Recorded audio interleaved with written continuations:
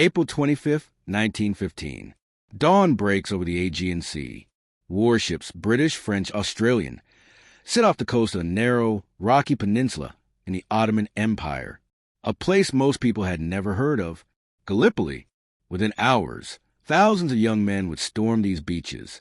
Within days, those beaches would run red with blood. Within months, 250,000 soldiers would be dead or wounded. And one man, one ambitious, brilliant, reckless man, would be blamed for it all.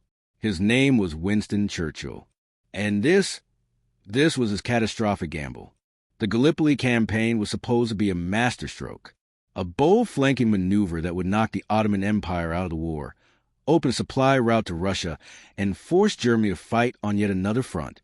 Churchill called it the only imaginative strategic idea of the war. Others called it madness. And when it failed, when the beaches became killing fields, when the trenches filled with corpses, when the entire campaign collapsed into a humiliating evacuation, Churchill's career nearly ended. He was demoted, disgraced, cast into the political wilderness. For years, he would carry the stain of Gallipoli. But this is not just a story of failure. It's a story of ambition and hubris, of brave men sent to die for a flawed plan, of how a single decision can haunt a man and a nation for generations. This is the story of Gallipoli, Churchill's catastrophic gamble. To understand Gallipoli, to understand why Churchill became so obsessed with this distant peninsula, we have to understand the war itself. By the end of 1914, the Great War had become a nightmare. The Western Front, a static line of trenches from Switzerland to the North Sea, millions of men, locked in stalemate. Every offensive ended in slaughter. Thousands killed to gain yards of mud.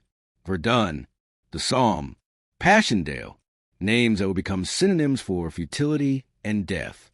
In 1914 alone, the British Empire suffered over 100,000 casualties on the Western Front. The French lost over 300,000, and there was no end in sight. The generals kept attacking, kept sending men over the top, kept believing that one more push, one more offensive would break through.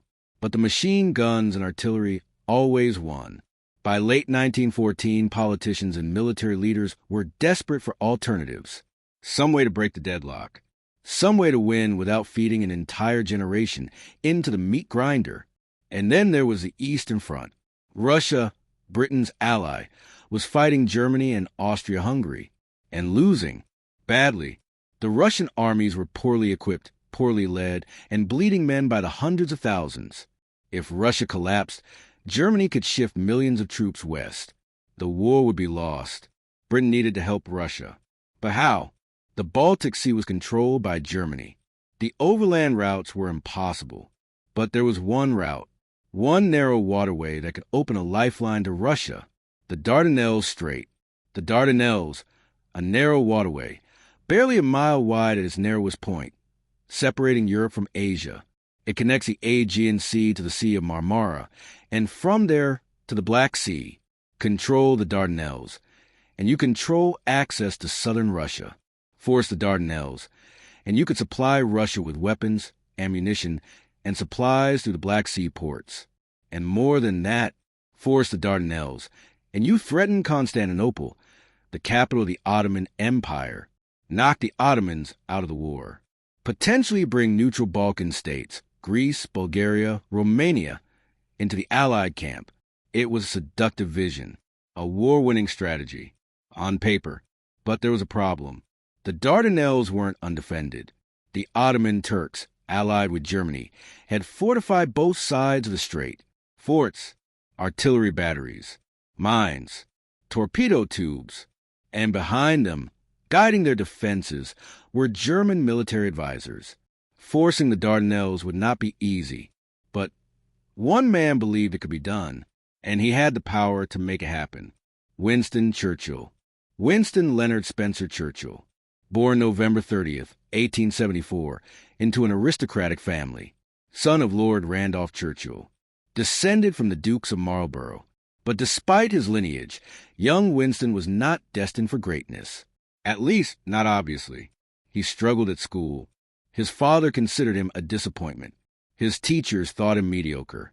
But Winston had ambition, burning, relentless ambition. He joined the army, saw action on the Indian frontier, in Sudan, in South Africa during the Boer War.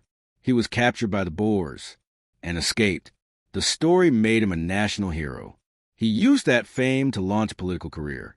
By 1911, at just 36 years old, Churchill was First Lord of the Admiralty, the civilian head of the Royal Navy, the most powerful navy in the world.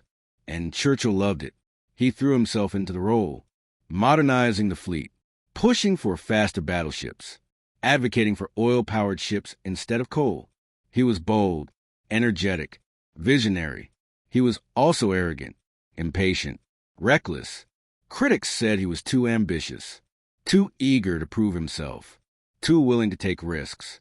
And when war broke out in August 1914, Churchill saw his opportunity. Britain's Royal Navy was the largest in the world. Over 300 warships, dozens of battleships and battle cruisers, hundreds of destroyers, cruisers, submarines. It was Britain's shield and sword, and Churchill commanded it. But as the war on land bogged down into trench stalemate, Churchill grew frustrated. The Navy was blockading Germany, strangling its economy, but that was a slow strategy. It would take years. Churchill wanted action. He wanted a decisive blow, and he believed he'd found it. The Dardanelles. In November 1914, Churchill received a telegram from the British ambassador in Russia. The message was urgent. Russia was struggling. They needed relief. Could Britain mount a demonstration against the Ottomans? Create a diversion? Churchill saw an opportunity, not just a diversion, a full offensive. He began pushing the idea at the highest levels of government, forced the Dardanelles, threatened Constantinople, knocked the Ottomans out of the war. At a War Council meeting in January 1915, Churchill made his pitch. The army was bogged down in France. Fine. Let the Navy win the war. Send a fleet through the Dardanelles. Bombard the forts. Clear the mines. Sail to Constantinople. The Ottomans would panic, surrender, perhaps, or at least withdraw troops from other fronts. It was audacious. Some said brilliant. Others were skeptical. Lord Kitchener, the war minister, worried about committing troops, but he didn't rule it out. Prime Minister Asquith was cautious. But Churchill was persuasive. The plan was approved. A naval attack on the Dardanelles, scheduled for February 1915. But there was a critical problem. Churchill assumed the Navy could do it alone, that ships could force a fortified strait without ground troops. Naval officers warned him, ships cannot fight forts. Forts always win. But Churchill was convinced. He believed modern battleships, with their massive guns, could simply blast the Ottoman defenses into submission. It was a gamble, and Churchill bet everything on it. The Dardanelles Strait is approximately 40 miles long. At its narrowest point, called the Narrows, it's less than a mile wide, and it was a killing ground. The Ottomans had spent years fortifying it. On the European side, the Gallipoli Peninsula, they had built forts at key positions. Sadobahir, Kumkale, Kanakale, modern German-supplied artillery, howitzers, heavy coastal guns, and beneath the water, 11 lines of mines, over 300 mines total, moored just below the surface, designed to rip open the hulls of ships. And there was another problem. The Dardanelles has a strong current. Ships sailing toward Constantinople had to fight against the current, slow, predictable, easy targets for shore batteries. Naval experts knew this. They'd studied the strait for years. The conclusion was always the same. You cannot force the Dardanelles with ships alone. You need troops on the ground to capture the forts. But Churchill dismissed these concerns. He believed overwhelming firepower would be enough. In February 1915, a British fleet under Admiral Sackville Carden began bombarding the outer forts of the Dardanelles. Initial results were promising. The outer forts were silenced. Some were destroyed. Churchill was elated. See, it was working. But as the fleet pushed deeper into the strait, resistance stiffened. The inner forts, closer to the Narrows, were stronger, better positioned, and the minefields were still intact. British minesweepers tried to clear a path, but they were civilian trawlers, lightly armed, crewed by fishermen, under fire from shore batteries. The minesweepers turned back. The mines remained. By mid-March, the operation was stalling. Admiral Carden, exhausted and stressed, suffered a nervous breakdown. He was replaced by Admiral Sir John de Roebeck. Churchill sent urgent messages from London. Press on, force the strait. Victory is within reach. But de Roebeck hesitated. The mines, the forts, the current, it was a deadly combination. Still, under pressure from Churchill, de Roebeck agreed to one final all-out assault, March 18, 1915, the day that would decide everything. March 18, 1915, the largest naval assault in history. 18 battleships, British and French, would sail into the Dardanelles. Their mission: smash through the Ottoman defenses, clear the mines, and force the strait. Admiral de Roebeck commanded from HMS Queen Elizabeth, the most powerful battleship in the world. At 10:30 a.m., the bombardment began. The thunder of naval guns echoed across the strait. 15-inch shells, each weighing nearly a ton, screamed toward the Ottoman forts. Explosions tore through fortifications. Dust and smoke filled the air. For hours, the bombardment continued. The forts fired back. Ottoman gunners, trained by Germans, were disciplined and accurate. Shells splashed around the British ships. Some struck home. HMS Inflexible was hit, then HMS Agamemnon. But the fleet pressed on. By early afternoon, it seemed the plan was working. Several forts had been silenced. De Roebeck signaled, "The way is opening." And then disaster. At 1:54 p.m., the French battleship Bouvet struck a mine. A massive explosion ripped through her hull. She listed, capsized, and sank in less than 2 minutes. Over 600 men went down with her. The fleet was stunned, but de Roebeck ordered the attack to continue. Then, at 4:11 p.m., another mine, HMS Irresistible, crippled. At 6:05 p.m., HMS Ocean, hit. Both ships abandoned. Both lost. HMS Inflexible, damaged earlier, barely limped away. In a single afternoon, the Allied fleet had lost 3 battleships sunk, 3 more heavily damaged, over 700 men dead, and they had not even reached the Narrows. The Ottoman defenders had won, not through superior ships. They had none, but through mines, artillery, and determination. The Allies had learned a brutal lesson. Ships cannot force fortified straits. Admiral de Roebeck signaled London, "The naval attack has failed. We cannot proceed without military support." The fleet withdrew. In London, Churchill was shattered. His grand plan, his war-winning strategy, had failed, but he refused to give up. If the Navy couldn't do it alone, then send the Army. Land troops on the Gallipoli Peninsula. Capture the forts from behind. Clear the way for the fleet. It was a desperate pivot, turning a naval operation into a land invasion, and it required men. Tens of thousands of men. The British Mediterranean Expeditionary Force, commanded by General Sir Ian Hamilton, was assembled. British regulars, Anzac troops from Australia and New Zealand, French colonial forces, over 75,000 men. Many were inexperienced. Many had never seen combat, but they were eager, confident. They believed they were about to win the war. They had no idea what awaited them. General Sir Ian Hamilton was 62 years old, a veteran of colonial wars. Sudan, South Africa, cultured, intelligent, a poet and writer. But he had never commanded a large-scale amphibious assault. No one had. Amphibious warfare, landing thousands of troops on a hostile shore under fire, was virtually untested in modern warfare. The logistics alone were staggering. Hamilton's plan called for landings at multiple points on the Gallipoli Peninsula. British forces would land at Cape Helles, the southern tip. Anzac forces, Australians and New Zealanders, would land further north at a beach later known as Anzac Cove. French troops would create a diversion on the Asian side of the strait. Once ashore, the troops would push inland, capture the high ground, and silence the forts. Then the Navy could sail through.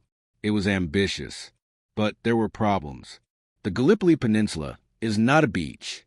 It's a fortress of nature. Steep cliffs, ravines, rocky hills covered in scrub, narrow beaches overlooked by high ground, perfect defensive terrain. And the Ottomans knew the Allies were coming. After the failed naval attack in March, the Ottomans had a full month to prepare. They reinforced the peninsula, dug trenches, positioned machine guns, laid barbed wire, and they were commanded by a brilliant German general, Otto Liman von Sanders. Liman von Sanders had over 80,000 Ottoman troops under his command. They were well-trained, well-armed, and they were fighting for their homeland. The Allies were coming as invaders, and one Turkish officer will become legendary, Lieutenant Colonel Mustafa Kemal, later known as Ataturk, the father of modern Turkey. Mustafa Kemal commanded the Ottoman 19th Division. He was 34 years old, charismatic, fearless, and he had studied the terrain. He knew exactly where the Allies would land, and he was ready. The Allied troops had no idea what they were heading into. Many thought it would be over in a few weeks. A walkover, some said. The Turks will run, others predicted. They joked, they sang, they wrote cheerful letters home. On April 24th, the fleet set sail from Lemnos Island. Destination, Gallipoli. 0 hour. Dawn, April 25th, 1915. April 25th, 1915. 4:30 a.m. The first wave of Anzac troops, Australian and New Zealand soldiers, climbed down into landing boats. Wooden boats, rowed by sailors. The plan was to land at a gently sloping beach, advance inland, and capture the high ground before the Ottomans could react. But there was a problem. In the darkness, the boats drifted north. They landed at the wrong beach, a beach overlooked by steep, scrub-covered cliffs. At first, there was little resistance. The Anzacs splashed ashore, scrambled up the cliffs. Some thought, this is easy. But then the Turkish defenders opened fire. Machine guns, rifles, artillery. The Anzacs were caught in the open, exposed on the slopes. Men fell by the dozens. Lieutenant Colonel Mustafa Kemal was commanding Turkish reserves nearby. He heard the gunfire. Without waiting for orders, he led his entire division, the 19th, toward the sound of battle. He reached a ridgeline overlooking the landing beach. His soldiers were out of breath. Some wanted to rest. Kemal pointed at the Anzacs below and shouted, "I don't order you to attack. I order you to die. In the time it takes us to die, other forces and commanders will arrive to take our place." And they charged. The fighting was savage. Anzac soldiers, exhausted from climbing, were hit by waves of Turkish counterattacks. Bayonets, hand-to-hand combat, men falling off cliffs. Blood soaked the rocky ground. By nightfall, the Anzacs had barely secured a tiny beachhead. Less than a mile deep, thousands were dead or wounded, and they were pinned down. The high ground, the objective, remained in Turkish hands. General Hamilton, watching from a ship offshore, considered evacuating. The landing had failed. The position was untenable. But Anzac officers pleaded, "Give us a chance. We can hold." Hamilton agreed. The Anzacs stayed. And Anzac Cove became a legend. But the Anzac landing was just one part of the assault. At Cape Helles, the southern tip of the peninsula, British forces landed at 5 beaches, codenamed S, V, W, X, and Y. Some landings went smoothly. Others became slaughterhouses. At V Beach, the British tried a novel approach. They converted a collier ship, the SS River Clyde, into a makeshift landing craft. The plan: run the ship aground, open doors and hull, and let soldiers pour out. It was innovative. It was also a death trap. As the River Clyde ran aground, Turkish machine guns opened fire. Men emerging from the ship were cut down instantly. The water turned red. Bodies piled up on makeshift bridges. In the surf. On the beach. It was carnage. At W Beach, later nicknamed Lancashire Landing, the British faced similar horror. Turkish defenders hidden in trenches and fortifications waited until the boats were in the surf. then opened fire. Entire boat crews were wiped out, but some British soldiers made it ashore. They charged the Turkish trenches, fought with bayonets and grenades. By late morning, W Beach was secured, but the cost was staggering. By the end of April 25th, the Allies had a foothold on Gallipoli, but barely.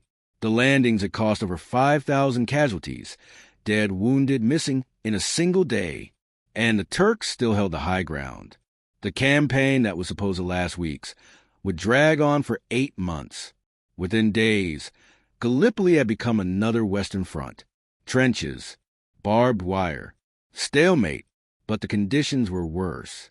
The peninsula was barren, rocky, no trees for shade. Summer temperatures soared above 100 degrees Fahrenheit, 38 degrees Celsius. There was no fresh water. Supplies had to be brought by ship and hauled up cliffs under fire. Flies swarmed everywhere, drawn by corpses rotting in no man's land. Dysentery ravaged the camps. Men weakened by days. The Allies launched attack after attack, trying to break through, trying to capture the ridges and high ground. Every attack failed. The Turks were dug in, fighting for every yard, and they had German advisors teaching them modern defensive tactics.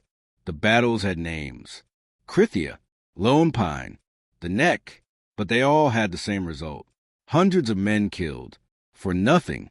At the Battle of Krithia in June, the Allies attacked with 30,000 men. They gained 500 yards, at a cost of 6,500 casualties. The Turks lost 9,000. It was madness. At Lone Pine in August, Australian troops captured a Turkish trench system. The fighting lasted 4 days. Hand-to-hand combat underground, grenades thrown through tunnels. Over 2,000 Australians were casualties. The Turks lost 7,000. Both sides fought with insane bravery, and both sides were dying for a stalemate. And then there was the Neck, a narrow ridge, just 80 yards wide.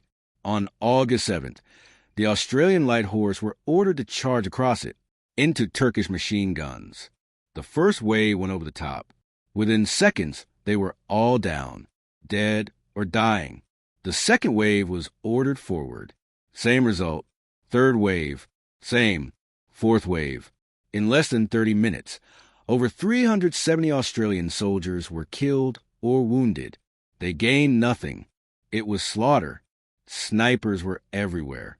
Turkish marksmen, skilled hunters, picked off Allied soldiers with deadly accuracy. You couldn't show your head above the trench without risking death. Even at night, there was no safety. Raids, patrols, constant tension. Sleep was impossible. The wounded were evacuated by ship to hospitals in Egypt, Malta, and England. Hospital ships became floating hells. Overcrowded, undersupplied, men dying from infected wounds. The nurses, many of them volunteers, worked around the clock. Some became legends, like the Australian nurse, Sister Elsie Tranter, who was killed when her hospital ship was torpedoed. Back in London, Churchill watched his grand plan crumble. The newspapers turned on him. Churchill's folly. The Dardanelles disaster. Blood on the First Lord's hands. Political enemies smelled weakness. In May 1915, a political crisis forced Prime Minister Asquith to form a coalition government. Churchill was blamed for Gallipoli. He was demoted, removed as First Lord of the Admiralty, given a meaningless position, Chancellor of the Duchy of Lancaster. It was humiliation. Churchill was devastated. He fell into deep depression. He wrote to his wife, Clementine, "I am finished." But he refused to accept it. If he couldn't leave from London, he would fight on the front lines. In November 1915, Churchill resigned from the government and joined the British Army in France as a battalion commander. It was an extraordinary fall, from commanding the Royal Navy to commanding 600 men in the trenches. But Churchill would not give up. Back at Gallipoli, the Allied command made one last attempt to break the stalemate, the August offensive. The plan: land fresh troops at Suvla Bay, north of Anzac Cove. Simultaneously, Anzac forces would break out from their positions. The two forces would link up, sweep across the peninsula, and cut off the Turkish defenders. It was the last chance, and it required surprise, speed, and flawless execution. On August 6, British troops landed at Suvla Bay. The landing was almost unopposed. The beach was wide, the terrain favorable. For once, everything seemed to be going right. The troops came ashore, set up camp, made tea, and waited for orders. But the orders never came. The British commander at Suvla, General Frederick Stopford, was 61 years old. He'd never commanded troops in battle. He was cautious, methodical, and he wasted the opportunity. Instead of pushing inland immediately, he ordered his men to consolidate the beachhead, dig in, wait for supplies. Hours passed, then a full day. Meanwhile, Mustafa Kemal, now commanding all Turkish forces in the sector, saw what was happening. He rushed reinforcements to Suvla. By the time the British finally advanced, the Turks were waiting, dug in on the high ground. The battle turned into another bloodbath.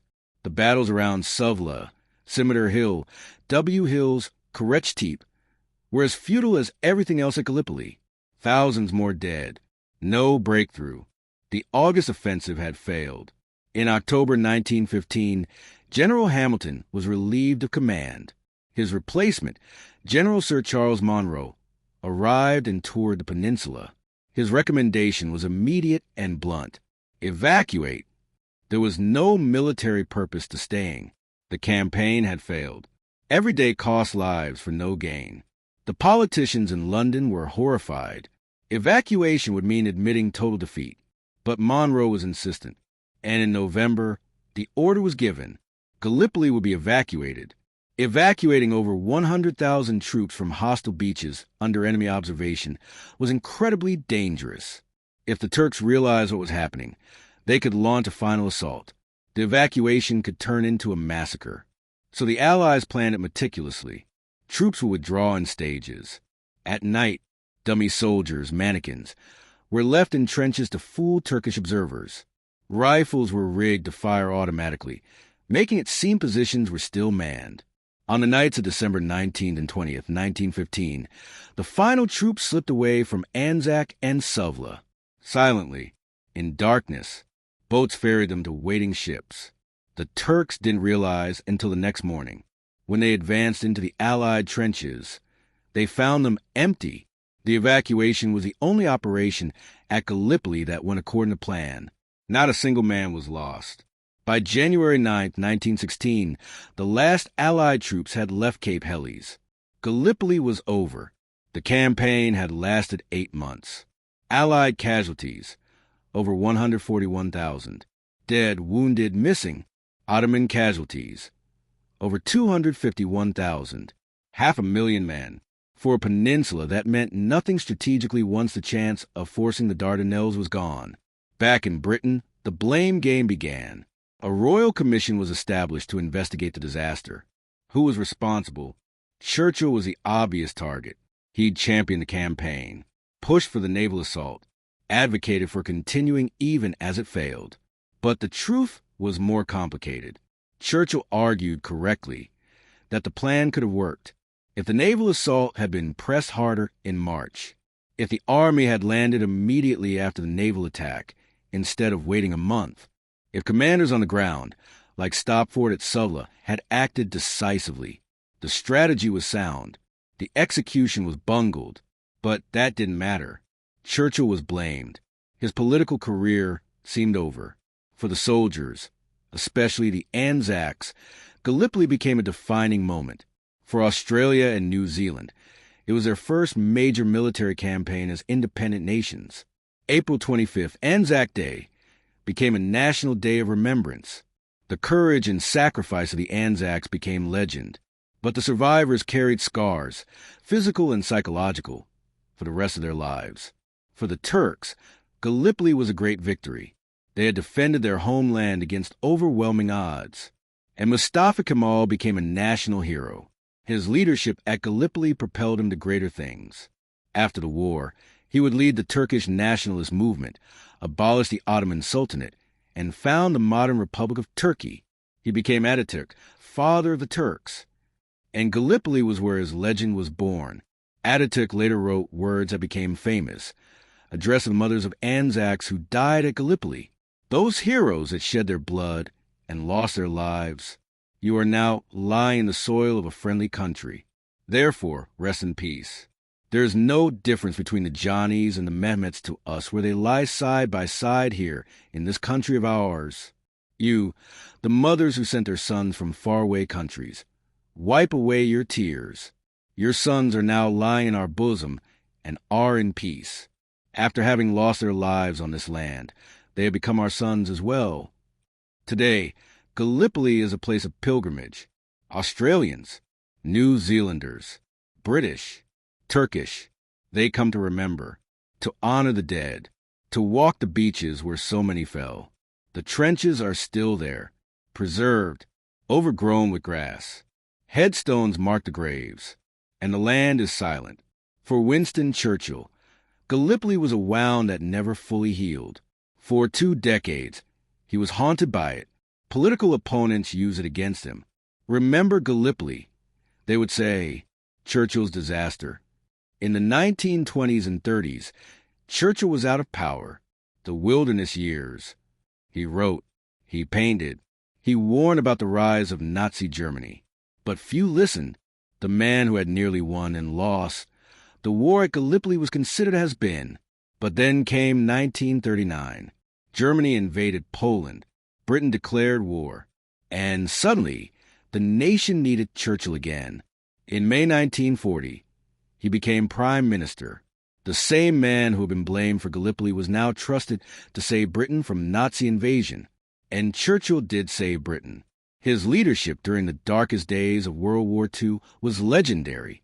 His speeches inspired a nation. His determination kept Britain fighting when defeat seemed certain. And when the war was won, Churchill was hailed as one of the greatest leaders in history. Gallipoli never disappeared from Churchill's record, but it was reframed, not as a failure of a reckless gambler, but as a bold vision of a strategic thinker who was let down by poor execution. Churchill himself wrote extensively about Gallipoli in his memoirs. He defended the strategy, acknowledged mistakes, but never stopped believing it could have worked. When Churchill died in 1965, he was given a state funeral, the largest state funeral in British history. Leaders from around the world attended. He was buried with full honors. And Gallipoli, the disaster that nearly ended his career, was just one chapter in an extraordinary life. A painful chapter, a costly chapter, but not the final chapter. So what is the legacy of Gallipoli? For the Anzacs, it's a story of courage and sacrifice, a national myth, a defining moment. For the Turks, it's a great victory, a defense of homeland, the birth of a nation. For Britain, it's a painful lesson in the limits of sea power, the cost of strategic overreach. And for Churchill, it's a reminder that even catastrophic failure can be overcome, that redemption is possible, that history is written by those who refuse to give up. Gallipoli was a gamble, a bold, imaginative, audacious gamble, and it failed.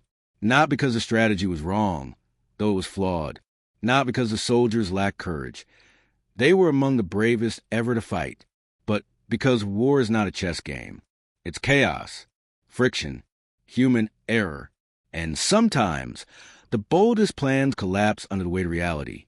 Pause 2 seconds. 141,000 Allied casualties, 251,000 Ottoman casualties, nearly 400,000 men. For a peninsula, that meant nothing once the chance was lost. Churchill once wrote, "Success is not final, failure is not fatal. It is a courage to continue that counts." Gallipoli was his greatest failure, and his courage to continue, to fight, to lead, to redeem himself, made him one of the greatest leaders of the 20th century. That is the paradox of Gallipoli, a catastrophic gamble. That taught the world about resilience. This is the story of Gallipoli, Churchill's catastrophic gamble, a campaign that cost hundreds of thousands of lives, a disaster that nearly ended one man's career, and a lesson that failure is only final if you let it be. Thank you for watching this documentary. If you found this documentary meaningful, please like, subscribe, and share.